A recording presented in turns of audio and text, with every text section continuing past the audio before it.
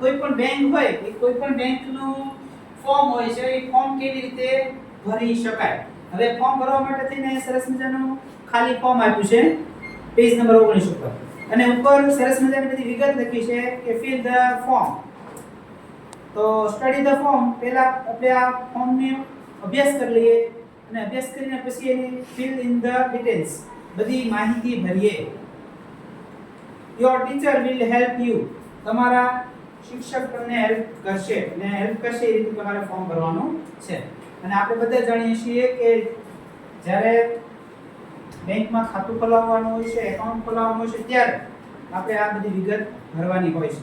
તો શરૂઆત કરીએ. સૌપ્રથમ હું સ્ટુડન્ટ છું, તો તમે સ્ટુડન્ટ લખશો. ત્યાર પછી નેમ, તો તમારું નામ, એમાં ફર્સ્ટ નેમ એટલે તમારું પોતાનું નામ, મિડલ નેમ તો તમારા પપ્પાનું નામ, અને લાસ્ટ નેમ એટલે તમારી અટક સરનેમ. હવે એ લખાય છે કેપિટલ અક્ષરમાં. ત્યાર પછીની વિગત છે કે નેમ ઓફ ફાધર, પપ્પાની વિગત લખવાની છે. પપ્પાની વિગતમાં પપ્પાનું નામ, પછી એમના પપ્પાનું નામ ને અટક સરનેમ લખવાની છે. ત્યારબાદ ડેટ ઓફ બર્થ, જે ડેટ ઓફ બર્થ એટલે શું, તો કે જન્મ તારીખ. જન્મ તારીખ કયા ફોર્મેટમાં કીધી, તો DDMMYY. DDMMYY એટલે DDMMYY એટલે તારીખ, મહિનો, વર્ષ. ઓકે, સરસ.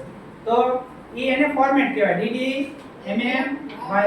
એવી રીતે આપણે તારીખ, જન્મ તારીખ લખવાની છે.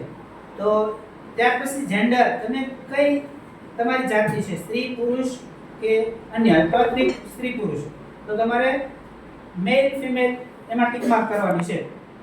છોકરાએ મેલ માં ટિક માર્ક કરવાની છે, છોકરીએ બેને ફિમેલ માં કરવાની છે. ત્યાર પછીનું છે મધર્સ નેમ, તમારા મમ્મીનું નામ કેપિટલ અક્ષરમાં લખવાનું છે, મધર, મમ્મીનું નામ. ત્યારબાદ તમે મેરિડ છો કે અનમેરિડ, એટલે કે મેરિડ અનમેરિડ માં ન, પણ એ સિવાય આપણે અધર્સમાં રાખીશું, અધર ટિક માર્ક કરી દઈશું. તો ત્યાર પછી આધાર કાર્ડ નંબર લખીશું, અને ત્યાર પછી એડ્રેસ. જે એડ્રેસ છે ખાસ સમજવા જેવું છે કે એડ્રેસમાં કઈ કઈ કોલમ આવે. તો એડ્રેસમાં તમે વ્યવસ્થિત આપણે લખીશું કે કેવી રીતે એડ્રેસ લખવાનું હોય છે. તો પહેલા સૌપ્રથમ આપણે ઇંગ્લિશમાં એડ્રેસ લખતા હોઈએ છીએ તલ્લી, બરાબર, તલ્લી આપણા ગામનું નામ. ત્યાર પછી પોસ્ટ આપણે જે લાગુ પડતું હોય તો પોસ્ટ. ત્યાર પછી આપણો તાલુકો અને જિલ્લો. ત્યાર પછી કઈ વિગત છે, તો સ્ટ્રીટ, તો તમે કયા શહેરમાં કયા વિસ્તારમાં રહો છો એ સ્ટ્રીટ લખવાની છે. ત્યાર પછી કઈ સિટી તમારે લાગુ પડે છે, નજીકનું શહેર કયું, તો આપણે વરાછા. ત્યાર પછી પિનકોડ નંબર, તો પિનકોડ નંબર લખેલો છે. ત્યાર પછી આપણું રાજ્ય, સ્ટેટ એટલે રાજ્ય. ત્યાર પછી આપણો લેન્ડલાઇન નંબર હોય તો એ, અને નહીતર આપણો મોબાઈલ નંબર. પછી એક વિગત આપી છે આમાં, નેશનાલિટી. તો તમારી નેશનાલિટી કઈ, તો આપણે બધા જ ભારતીય છીએ. શું છીએ? ભારતીય. એટલા માટે આપણે બધા ઇન્ડિયન લખીશું. ત્યારબાદ હવે આપણે બેંકની વિગત લખવા જઈ રહ્યા છે. તો બેંકમાં વિગતમાં શું શું આવે, તો ઇન્કમ આવશે. તો આમાં ઇન્કમ છે તમારા ફાધર, તમારા પપ્પાની ઇન્કમ લખવાની છે. તમે તો જૂઠ બોલવાનું હોય તો પપ્પાની ઇન્કમ લખવાની છે. વાર્ષિક આવક લખવાની હોય. શું લખવાની હોય?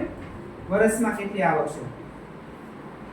ત્યાર પછી રિલિજન, તમે કયો ધર્મ પાળો છો. તો એમાં જે ધર્મ પાળતા હોય તો એ ધર્મ સામે ટિક માર્ક કરવાની છે. પછી તમારી કેટેગરી, જો કેટેગરી ખાસ સમજજો. કેટેગરીમાં અલગ અલગ કેટેગરી હોય છે. General category, OBC, SC, ST. જે કેટેગરીમાં તમે આવતા હોય ત્યાં સામે ટિક માર્ક કરવાનું છે. એજ્યુકેશન ક્વોલિફિકેશન, તમારી શૈક્ષણિક લાયકાત કેટલી છે. તો શૈક્ષણિક લાયકાત જે તમારે થતી હોય એ તમારે લખવાની છે. હવે આપણે અત્યારે તો તમે